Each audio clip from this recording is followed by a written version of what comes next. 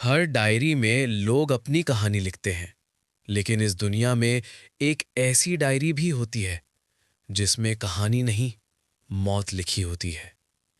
कौन, कब और कैसे मरेगा, ये सब पहले से लिखा होता है।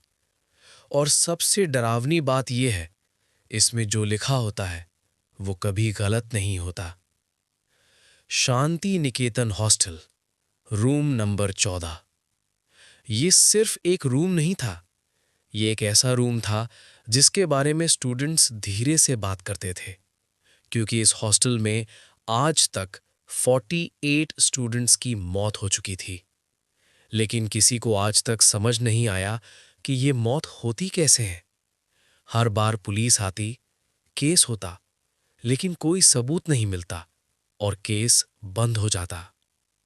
राजू एक नॉर्मल स्टूडेंट जो अपने गांव से शहर पढ़ने आता है और आज ही शांति निकेतन हॉस्टल के रूम नंबर 14 में शिफ्ट होता है।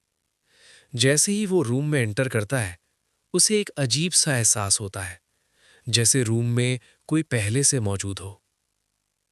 हॉस्टल वार्डन उसे बताता है कि इस रूम में उससे पहले जो लड़का रहता था, उसने फांसी लगाकर आत्महत्या कर ली थी।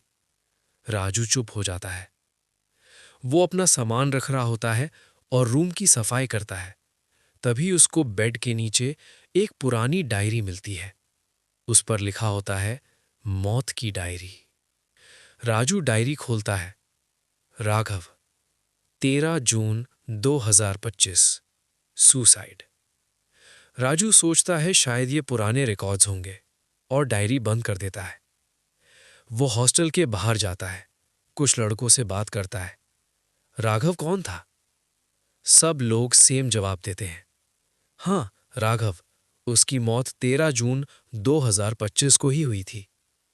राजू चुप हो जाता है। अगर ये सब झूठ होता तो सब सेम कैसे बोलते? राजू के दिमाग में डाउट पैदा होता है। राजू के हाथ कांप रहे होते हैं। उसे अब धीरे धीरे समझ आने लगता है कि जो डायरी उसके पास है वो कोई नॉर्मल डायरी नहीं है। हर नाम, हर डेट और हर मौत पहले से लिखी हुई है। राजू धीरे से बोलता है, ये कोई नॉर्मल डायरी नहीं है।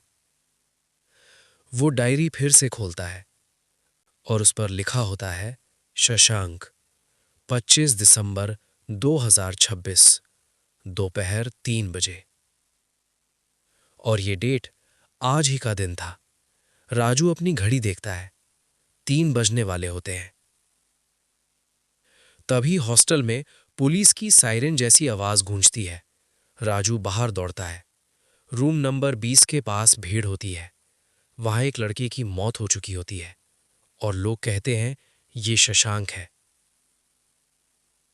राजू के पैर जम जाते हैं, उसके हाथ कांपने लगते हैं।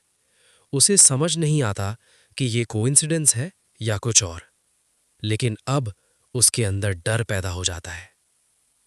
राजू को अब समझ आ चुका था कि ये कोई कोइंसिडेंस नहीं है। वो वापस अपने रूम में आता है।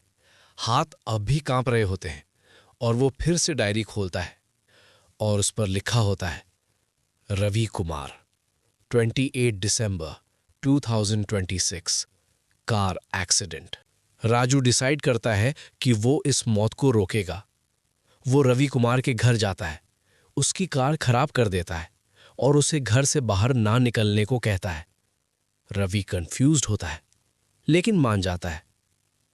अगले दिन रवि की मौत हो चुकी होती है, लेकिन एक्सीडेंट से नहीं, सीढ़ियों से गिरने के कारण। राजू वापस डायरी खोलता है। रवि कुमार, 28 दिसंबर 2026, सीढ़ियों से फिसलकर मौत। राजू को अब समझ आ जाता है कि जो लिखा है उसे कोई नहीं बदल सकता।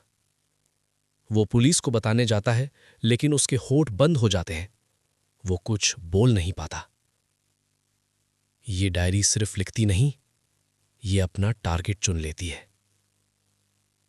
वो वापस रूम में आता है, कांपते हाथों से डायरी खोलता है।